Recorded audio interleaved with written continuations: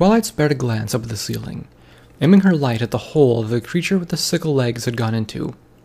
It didn't appear to be coming out of its hole, a fortunate sign for her, though she could already guess that with her luck, she hadn't seen the last of it. The door at the end of the hallway let out a moaning wail that Twilight had expected as she opened it. She was instantly struck by a wave of stale air that almost made her gag. She put her hoof to her mouth, trying to stifle the air, feeling as though it was trying to strangle her. She backed away from the door, trying to breathe. By no means had the air around her, up till then, been fresh, but the air beyond that door was on a completely different level. Twilight aimed her pendant towards the door once more, gulping down the fear welling in her throat and pushing it open further. The room was even more open than the hallway she was in. If she had to guess, it was at least the size of the banquet hall in Canterlot. She could see a fountain in the center of the room, showing a rusted pony standing triumphantly, wielding a tattered, broken flag. Twilight could see blood dripping from the statue. She followed the dripping of the statue towards the ground, suddenly realizing where the stench of the room was coming from. The ground was littered with body parts.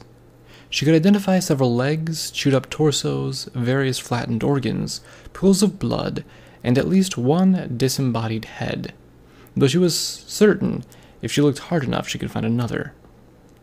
She retreated immediately, falling into a sitting position and putting her back against the wall. Her flanks cried out in pain as soon as she did, and she grit her teeth trying to ignore it. She'd rather be focusing on the pain than the horror show in the room behind her. It was all she could do to keep her stomach contents from rushing up out of her. "Oh, Celestia," Twilight grimaced, shaking her head, trying to fight the tears forming at the edges of her eyes. Why is this happening? What would have caused this? She pictured her friends in her mind. Each body part in that room became a pony. Each of those ponies must have had friends, a family, other ponies they loved and cared for. The thought didn't quell her stomach any. "I have to go in there." Twilight spoke to herself, putting a hoof to her mouth. Carousel Boutique upstairs was a dead end. There had been no way out, and no way into any other room. The only place she hadn't been able to check was behind the mural door. One of the mural pieces was still trapped in unbreakable glass before her. If Stalingrad Library had any indication of anything, it was that the pieces to unlock the door were obtainable. One just had to figure out where they were. And Twilight could feel it in her gut that the way to get the other mural piece had to be through that room. Her legs shook as she stood up again. She tried to steel her nerves and took a deep breath of air, unpolluted by the wretchedness of the rotting flesh. She then very carefully made her way to the open door, the wafting stench of death and decay still spilling out from behind the doors. The moment the air hit her nostrils, she gagged. She put one hoof in front of the other, walking deeper into the suffocating room. She aimed her light towards the ground, spotting the open spaces between the discarded body parts and organs that lay scattered about. Her horn lit up, and she grabbed several of the body parts and organs in front of her and slowly moved them to the side, creating a path for her to walk without stepping on anything.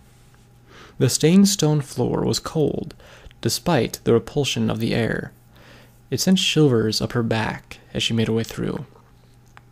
Twilight lifted her head to the fountain, once more looking at the statue of the pony. She glanced slowly to the left, trying to discern where she needed to go. Her light fell upon a small wooden door to the leftmost wall. She could reach it if she maneuvered through the death that lay around her. Twilight carefully lifted her hoof and took a blind step. Something squishing underneath. She instantly grimaced, not wanting to see what it was she had just stepped in, but could already feel the compulsion to look rising.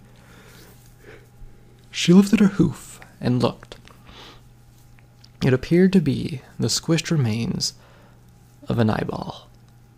Yep, there went the small bit of breakfast she'd had that morning. The unicorn coughed up against the bile that had escaped her mouth, still feeling the burning in the back of her throat. She shook her head, trying to clear it of the vile thoughts that had caused her to lose her stomach in the first place. She wanted to break down and cry, to just collapse from the horrible mess she found herself in. Her medallion sprang to life, telling her there'd be no time for it. A dull thud, combined with a squelching sound, came to her ears. She turned around, directing her light towards the source. Something struck against the ground, picking up a discarded leg with it. The leg was lifted into the air, and a loud smacking echoed as the limb slowly disappeared among the folds of a round mouth. The mouth appeared to be at the top of the creature's head, following a long neck to a large, engorged body that seemed to slither against the ground. Twilight thought it had a pony-like shape, but it was missing any semblance of legs or a pony head. It was like a leech slithering across the ground, twice the size of her and devouring the meat that was littering the ground. The massive creature was sliding closer, through the blood and organs, crushing anything that didn't slide out of the way when it moved. Its mouth came down to blindly chomp down on another piece of bloody meat so that it might choke it down its long gullet. Twilight turned back to face the wooden door she was heading for and lit her horn. With a wave of her magic, all the various pony parts slid out of her way as she ran. Her hooves hammered against the floor and almost slipped on the fresh blood, but she stayed on her legs and made it to the door. She flung the door open and threw herself inside before slamming it shut behind her. Her medallion grew silent, and she panted heavily. The stench of death wasn't suffocating her in this room, though the smell of blood still wafted through. She took a moment to examine her surroundings. The room was small, a closed-in room with 4 walls, probably no bigger than an average bedroom. What stood out was the entire wall opposite the door had been painted with a large picture depicting an army of ponies being led by Princess Celestia. All of the ponies, even Celestia, were clad in thick-looking armor that covered most of their bodies. She could see all kinds of ponies standing behind her, though they seemed to be sorted by groups. She could see a section of earth ponies, a section of unicorns next to them, and in the air, a group of pegasi. Underneath the picture was a plaque with elegant writing on it. Twilight drew closer to the plaque, inspecting the details of the strange mural. It wasn't one she'd seen in Canterlot Art Museum, or any book on historical art. As far as she knew, this wasn't a depiction of any of Equestria's major battles. Her eyes were drawn downward to the plaque. Though our combined power can defeat any threat that may come to harm our lands and loved ones, we will always stand out from the ones around us. Twilight thought of the words of the plaque sounded weird. She thought back to the pictures in Canterlot. If this had been a picture there, the plaque would have said something like, "Though our combined power, we can defeat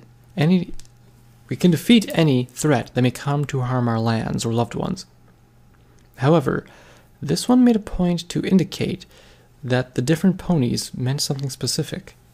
Her instincts told her that something was off about the picture, something that she needed to figure out if she was going to get out of this crazy other world. Her eyes scanned across the picture once more, viewing Celestia in all her glory. She then examined the massive army that was behind her. She looked through the groups of earth ponies first. They all seemed to be the exact same color. Here and there was small variation in color, but nothing seemed to stand out. She raised a hoof to take a closer look, examining each soldier, their armor, their color, their weapon, and, of course, their wings. Wait, wings? Twilight said, looking where her hoof was. In the group of earth ponies, almost invisible, were a pair of wings attached to the side of a pony. It was a Pegasus in the middle of earth ponies. Her hoof touched the strange motif in the group. When it suddenly moved, the Pegasus sunk into the picture about half an inch. Twilight moved her hoof away and stared. She hadn't even seen an outline for her to push something into the wall. She looked at the Pegasus among the earth ponies and thought about it for the moment. If there was one pony that was mismatched, then... Twilight swept her eyes over the group of unicorns in the picture. She scanned across the rows of ponies, checking each of them for a horn until she found the exact pony she was looking for. Amongst the unicorns was a single earth pony. She raised her hoof and pushed against the outcast. And the part of the wall she pushed put into place, like the other one. Scanning upwards, she looked over the flying Pegasus that seemed to bolt out into the sky like an army below. She carefully examined each one until she found the unusual one, a unicorn among the Pegasi. She lifted her horn and used her magic to push against the pony, and he too sunk into the wall. With all three sections pressed in, Twilight took a deep step back, not sure what to expect. The picture was fine for a moment, before it let off a slight glow. Twilight was confused by the sight as the glow grew even brighter. She covered her eyes as it filled the entire room. As the light began to fade, she lowered her forelegs from her face and viewed what had happened. She found that she was no longer in the room staring at the picture, but was instead in a regal hallway staring once more at the figures of Princess Celestia and Merlin. "Thou shalt find our accommodations are quite relaxing." The regal princess spoke with an air of kindness before her voice. "We've already had the guards prepare your room, close to the royal archive, so that you may conduct thy research. I cannot express my gratitude in a finite number of words." Merlin spoke appreciatively. "The kindness thou hast showed me far exceeds any I would have expected. It is simply part of our nature. That which gives us our true power comes from one of those elements, the element of kindness."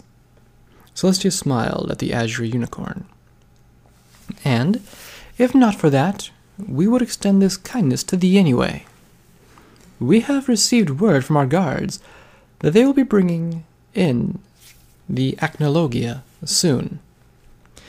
Just as thou said, he is but an earth pony now." "I am but a pony that has put it upon himself to tell no lie." Merlin nodded his head slowly. "Nor did I lie about why I needed thy resources for study. I shall be able to save many a pony if my research proves fruitful. And we have no doubt in your ability." Celestia spoke warmly. "Come, we wish to give thee a tour of our castle before thou retire to thy room for the night." "A tour from thy princess herself. I could think of no higher honor." Merlin smiled, accepting the gift. "Your Majesty!" A loud voice suddenly cried out above the both of them. The two turned around to see a rather portly-looking unicorn with a white coat and dark blue mane walking towards them. He was adorned in a rather expensive suit made of rare silks and threads, adorned with jewels and emblems showing his status in the castle. The coat he wore over the suit had its ends carried by two humbled and thin servant ponies dressed in uniforms. "Your Majesty, I simply must have an audience with thee." The plump unicorn stopped short of the royal princess. He did not bother with bows or formal greetings. He just began to speak his needs first. "The land thou hast given me is no longer enough to carry my needs. The discovery of a gem mine has expanded my need of ponies for work, and I simply must have more land so that I may accommodate them." He snorted with an uncaring attitude, as if he didn't really care about the ponies living on his lands, but rather about the gems those lands contained. "Is thy workforce not adequate? Thy land is rich with ponies who will work with sweat on their brows and food in their bellies. We have no doubt about the strength and will of our citizens. Why would thou ask for more?" The princess raised an eyebrow, unconvinced by his argument. The fattened pony looked shocked and appalled, as though the very idea of having his request disputed in the slightest was unheard of. Even while addressing the ruler of the land, he appeared to only want what he seemed to believe was his.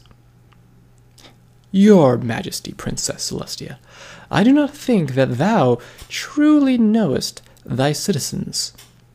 The plump pony adjusted his suit and cleared his throat. "They are often lazy, and think only of their own selfish desires. They wish to bleed me dry of my wealth, and which I rightfully acquired, and know not their place. Many refuse to work the generous hours that I give them, and more mines are found each week. With such a lazy ponies under my disposal, I do not have the ample workforce to make Equestria a whole lot richer," he stated matter-of-factly, lifting his head into the air and closing his eyes. Celestia eyed him for a moment, almost unable to believe that he was being serious with her. She let out a discontented sigh and turned to face Merlin. "Our apologies, dear Merlin. It appears that once again our duties must supersede this business, which we would like to conduct." She gave a soft nod. "We hope that thou art not disappointed." "Do not think of it for another minute longer." Merlin waved his hoof gently. "I cannot begin to fathom what thy life must be like, and understand that thy country comes first." He gave her a comfortable smile. "See to thy people, and we shall meet again later." With that, Merlin turned and began to walk off down the hallway. "As I was saying, Your Majesty, you simply must give me the land I request." The plump noble pony began to speak again. However, his words began to drawl out as the images started to fade. The hallway was no more, as it faded back into the room with the mural, leaving Twilight once more in a state of confusion. The lavender unicorn gave her head a soft shake before rubbing it gently, trying to think about the events she had just seen. "There's no doubt in my mind now." Twilight spoke softly, staring at the mural, at the depiction of Princess Celestia leading the army behind her. "These are the memories of Princess Celestia." Twilight pondered that for a moment. She was seeing memories of her mentor, of the ruler of all of Equestria. She was viewing them the same way that she had viewed her own memories when Celestia had cast the Mind Delve spell upon her. "I wonder." Twilight put a hoof to her chin and thought. Pinkie and Fluttershy, they each said they had experienced memories of their past when I put them under the Mind Delve spell, and I confirmed that's what I saw with the princess. However, what I experienced and what they experienced were vastly different. Am I viewing the memories of the princess and experiencing this town because of the Mind Elf spell? She tried to rack her brain for the explanation. That wouldn't make sense. I'm the only pony in town who has cast the spell, or even knows about it. There are no other copies of Dreams of Psychological Understanding in Ponyville. The only other possible pony who could have cast the spell was... Her heart sank instantly. The creator of the very spell was in the town. She left her #1 assistant in his care. No, that's stupid, Twilight. She shook her head. He said he had nothing to do with this. You're jumping to conclusions. Other ponies borrowed that book, right? It was a book in the library, after all. She rubbed her head, trying to remember if any pony had borrowed the book at any point. I can't possibly keep track of all the books rented out to the library, can I? Maybe someone borrowed it while I wasn't looking, or when I wasn't studying it.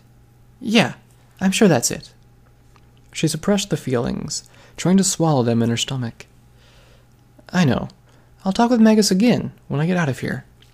He'll explain everything, and I'll prove that he had nothing to do with this, and that I wasn't wrong to leave Spike in his care. Twilight nodded her head, doing her best to convince herself. I just need to get out of here first. She then muttered, looking down at the floor before the mural.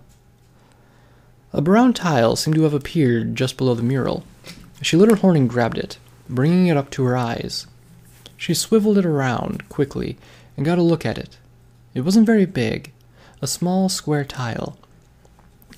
On the front was a depiction of an earth pony. I guess this is one of those tiles for that monster up above. Twilight spoke aloud, placing the tile in her magic pool. She turned to face the door to the room once more, gulping at the realization that she was going to have to go back outside into the massive room of decay, where the body parts were being devoured by that leech-like creature. She took a deep breath and opened the door once more. The overwhelming air assaulted her senses with a vengeance as she swept out of the room. Her medallion instantly began to buzz as she searched for the source. Her light hit the leech just a ways off, closer to the middle of the room. It was gorging itself upon more limbs of the discarded ponies, and didn't seem to have noticed she was there. She turned to her left and decided that she'd follow along the wall, figuring that she could find the next area she needed to go quickly and avoid that horrible abomination. Her horn lit up as she quickly began to walk while pushing the pieces out of her path. The room was only about the size of the ground hall back in Canterlot. Twilight knew that she could circle the room in a few minutes if she kept her focus on the goal. The medallion suddenly began to buzz louder, as the sound of metal scraping against stone came from just above her. She stopped and turned to look up, the light of her pendant landing upon the masked creature once more. Its head was aimed at her, each leg striking into the cold stone wall underneath it. It was climbing along the side of the wall, straight in her direction. The lavender unicorn didn't wait until it got closer, or for what it might end up doing. She turned on her hooves and began to run. She turned for the wall she had been walking towards, pushing the discarded organs out of her way in her bid to flee. She heard the metal scraping sound hit the floor, and a loud snap echo from behind her. The scraping began to click rapidly against the ground, as though the creature was now scurrying towards her. It was chasing her. She swept her light back and forth rapidly in panic, trying to find a door that would lead to another room and hopefully her escape. Each scraping click of the metal was punctuated by another echo behind her head, the creature beginning to gain on her. Her eyes fell upon another wooden door, similar to the one she had just entered with a mural. She ran straight for it, the metal scraping growing louder as the creature slammed its blade-like legs into the ground with each step. Her horn lit up, and she seized the door with her magic. A burning pain suddenly seared into her flank as she let out a cry of agony. One of the sharp blades of the creature's leg had reached out to try and get her, ultimately missing, but managing to slice along her furred skin as it went. Twilight flung the door open and jumped inside, sliding across the floor as she whirled her head and slammed the door shut. Her medallion grew silent, and the sound of scraping metal against stone stopped. The unicorn panted heavily, watching the door, expecting to see a sharpened leg stab straight through the wall of the door, or for the door to just burst off its hinges. She sat in the new room for several minutes, just observing the door and waiting. For whatever reason, the creature didn't seem to be following her. The medallion was silent, meaning there weren't any nearby, or trying to get inside. It seemed that as soon as she had entered the room, they'd simply forgotten about her presence. With her heart still beating, and the room having gone deathly silent, she turned her head to look at the burning gash that had appeared on her flank. It was a long cut, though it didn't seem to be very deep. She examined it carefully, noticing it was very slowly dripping blood. She would have thought the creature with blades for legs would have been able to do more damage, but it seemed that it only nicked her with the end of its legs as she ran away. She hoped the bleeding would stop on its own soon, and for once she was grateful that it was her own blood on her body, and not some pony else's. She just had to account for it like the rest of her injuries she had sustained. The simple burns on her flank didn't seem so important anymore by comparison. Not with everything out to kill her, anyway. She turned herself around, putting her back to the door so that she could examine the room she now found herself in. And the first thing her eyes fell upon were the two regal seats that sat in the middle of the room. They were large and made of gold, though they showed their age and how unkept they had become.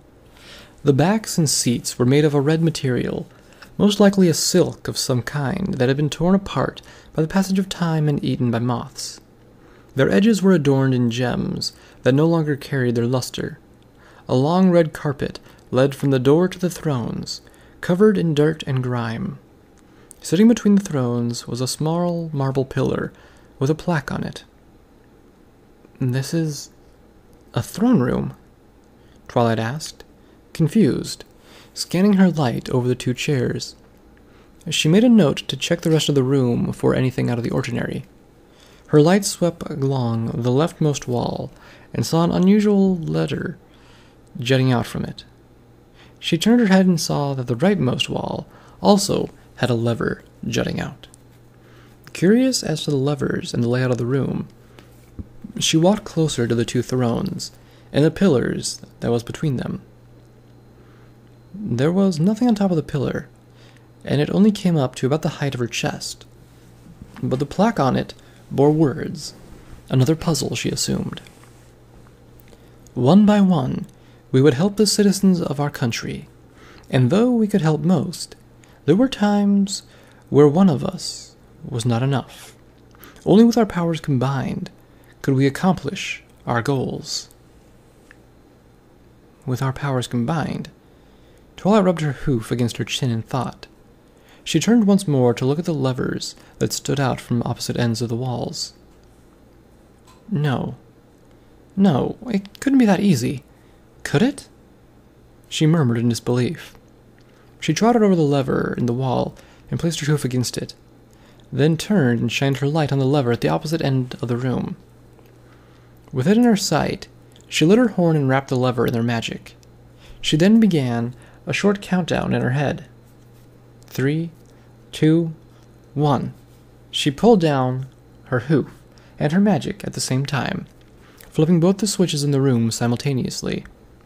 For a moment, nothing seemed to happen. Twilight was just about ready to draw the conclusion that she had been indeed right about it being too easy. However, just as those thoughts crossed her mind, light suddenly began to glow in the middle of the room, steadily growing brighter. She raised her hoof to cover her eyes from the glow until it began to glow down. Then she moved her hoof back down. She wasn't in the throne room anymore, but rather a well-adorned bedroom. It's been over a month now, dear sister. You cannot tell us that you have not found peace with the stallion. Celestia spoke as she stared into the mirror, carefully using a brush to sweep up and down her delicate coat. Normally a servant would have been tasked with this chore to keep her coat luxurious, but the princess found comfort in having a rare moment of peace to herself to do as she wished. And what would be wrong with us still reserving our judgment? Luna huffed from across the room, raising her head and closing her eyes. It's not as though he has truly earned his place within our castle. Thou knows that's not true. Celestia chuckled, turning her face to her sister, and placing the brush down on the desk. The stallion has aided our country and served our magic court. He has brought new riches where they were thought to be dried up. Why can thou not appreciate him? Luna was silent, as though she seemed to think over her sister's words, looking into the mirror before her. He just hasn't, that's all. We have no reason to believe he's anything more than a braggart. Merlin the braggart. Luna huffed again, refusing to turn around to face her sister. We do not think that thou art telling the whole truth. Celestia looked at her sister knowingly, a soft grin on her face. We think our dear sister is hiding something. We would not hide anything. Luna almost slammed a hoof down against the desk she sat at. That stallion may rot in his studies, for all we care. Celestia couldn't help but grin and walk over to her sister. Looking over the dark mare's shoulder and seeing her cheeks brighter than normal. Thou fancies that stallion? Celestia couldn't help but laugh, seeing her face. Luna turned to her sister with a look of utter shock and disbelief. Her face contorted, unable to believe the words that had come from her sister's lips. She muttered and gasped at words, but they refused to escape her lips, only coming out as garbled nonsense. We cannot believe it. Ah, dear sister, in love! Celestia laughed, turning to walk away from her sister, unable to keep a serious face upon this revelation. What dost thou know about love? Luna almost raged, standing up, her whole face burning a bright red. We think it is thou who has a crush on the stallion. Thou art protecting him and projecting thy thoughts onto us. Celestia let out a roar of laughter as she fell to the floor, unable to stand on her hind legs anymore. Sister, such disgraceful behavior! Luna gasped in utter shock at the display. Oh, forgive us, dear sister. Celestia still laughed, wiping a tear that had formed at the edge of her eye. Our dear sister always has an air of such seriousness about her. To think she would find a stallion desirable, let alone be embarrassed to admit it, is such a thought that had never crossed our minds. Celestia lay on her hooves, still stifling laughter.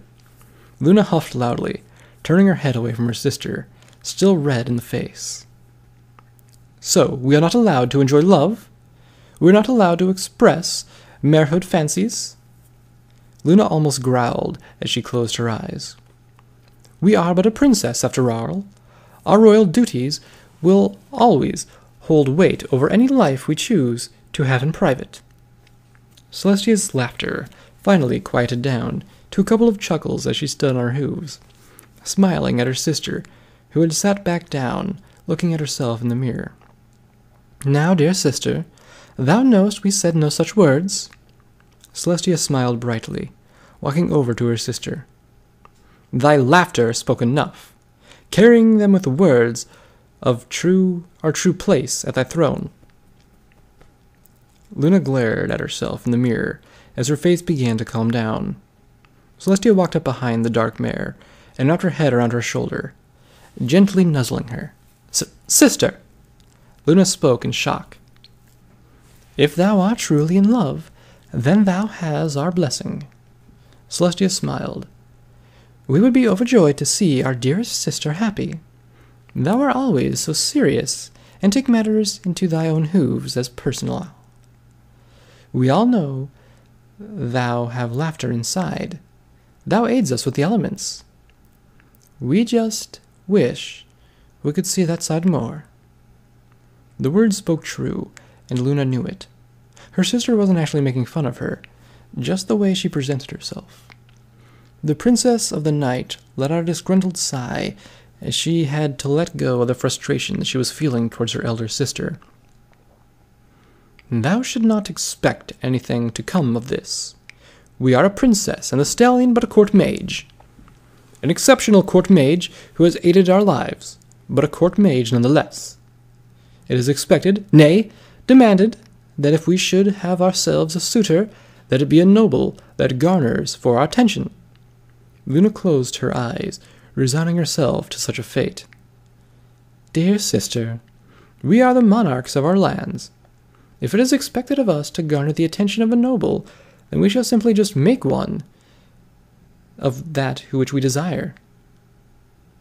Celestia grinned devilishly, Luna looking up at her older sister in surprise. If we must play by the rules of our own land, then we too must play the rules given to us. Thy words are bold, dear sister. Thou hast thought of this before.